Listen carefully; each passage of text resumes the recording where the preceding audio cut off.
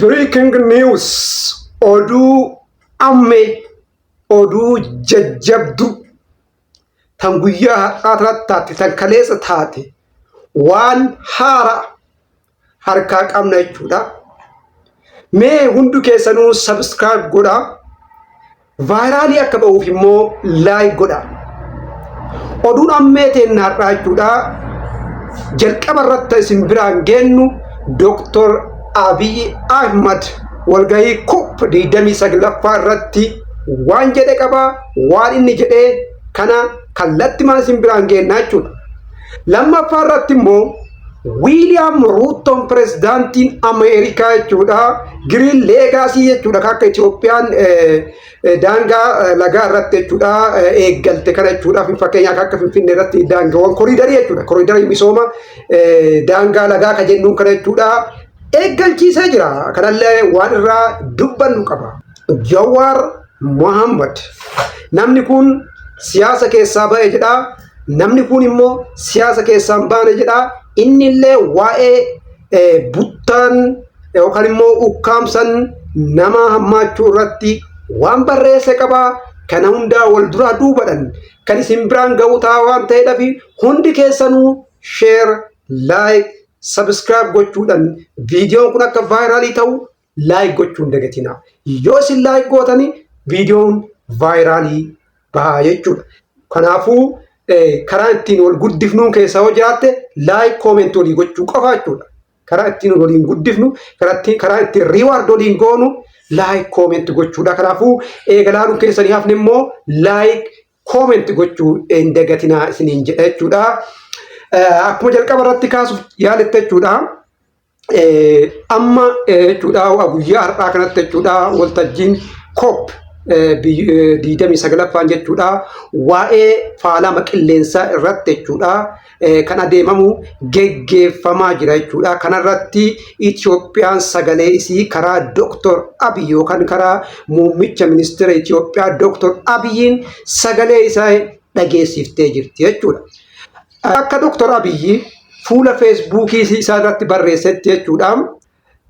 Rakkoon faalama qilleensaa deeggarsa baajataatiin oli.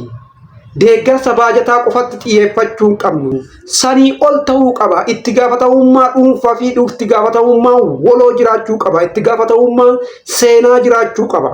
Itti gaafatamummaa dhuunfaa, itti gaafatamummaa waloo, itti gaafatamummaan seenaa jiraachuu qaba jedhe.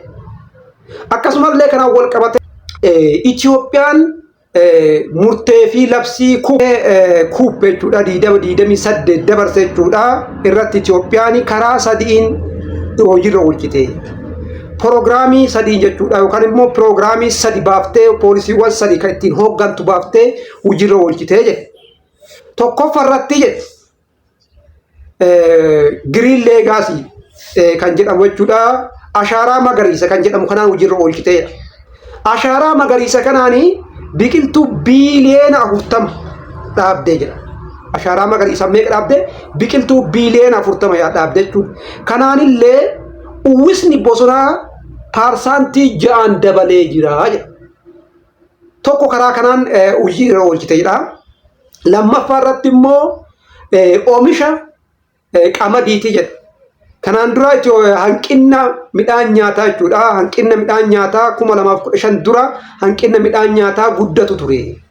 Kanaan kan ka'e proogiraamii oomisha qamadii baaftee hojiirra oolchite. Amma qamadiin biyya keessatti jechuudha oomishame nyaataaf ga'aa ta'ee irraa hafee hamma alatti ergamuutti ga'ee jira kan jedhudha.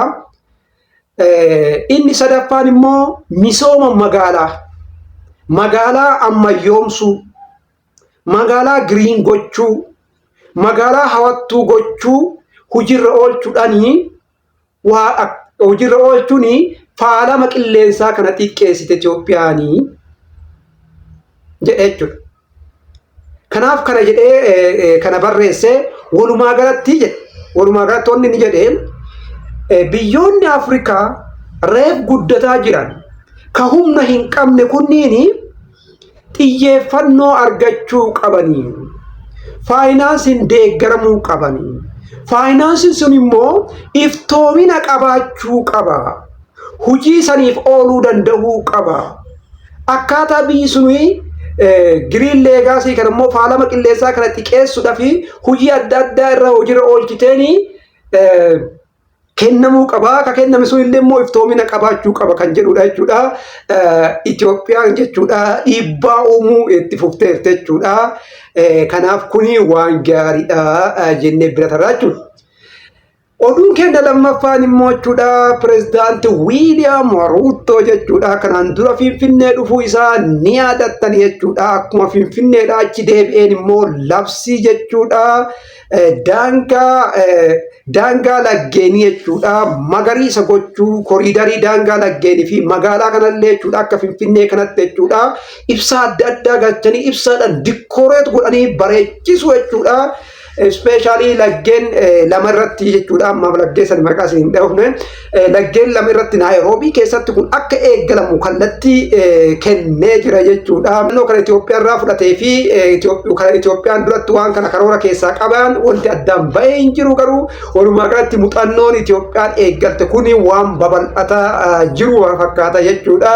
Kunillee waan guddaadha jechuudha kana fakkaata. Inni sadaffaaf inni dhumaa immoo kan isin akkaan eegaa jirtan jechuudha. Jawaar Mohammad butamiinsi nama butuun nama ukkaamsuun kidnapping kan jennu sun jechuudha baay'ee cimee jira jechuudha. Jedhuun ibsee jira jechuudha. Nama butuu qofa osoo hin taane qarshii guddaa gaafachuudha. Kanaan duratti jechuudha ijoollee hiyyeessaa jechuudha dalagachuuf maatii irraa fagaatteetiin deemtee butamanii kan qarshii ittiin gaafachaa turan yoo ta'u amma buttaan kun gara ijoollee dureessatti dabree jira. Ijoollee maatii isaanii qarshii qabanitti dabree jira jechuudha. Amma butuudhaaf maal godhanii kanaan duratti amma butuu amma jechuudha namni suni birrii meeqa qabaa hammam qabaa maatiin jedhamee addaan baheetiin saniin booda ni butamaa jechuudha. Egaa butameen booda immoo qarshii 100 hanga 500 kan gaafatan jechuudhaan ragaa bahee kanarratti ragaadhaaf jedhee namni an beeku butamee qarshii hamma kana gaafatamee jira kan jedhullee fi ragaa itti bahee jira jechuudha. Ragaa bahee jira jechuudha. Qarshiin kun immoo kan inni daddarbuun jechuudha karaa baankii daldalaati waan ta'eef mootummaan Itoophiyaa jechuun mootummaan Oromiyaa waliin ta'anii waan kanarratti xiyyeeffatanii rakkoo kana furuu qabanii keessumattuu immoo baankii daldalaa irratti xiyyeeffatanii irratti hojjechuu qabanii karaa mallaqa seera qabeessan taatetu karaa kanaan daddarbaa jira waan jedhu kaasee jira jechuudha.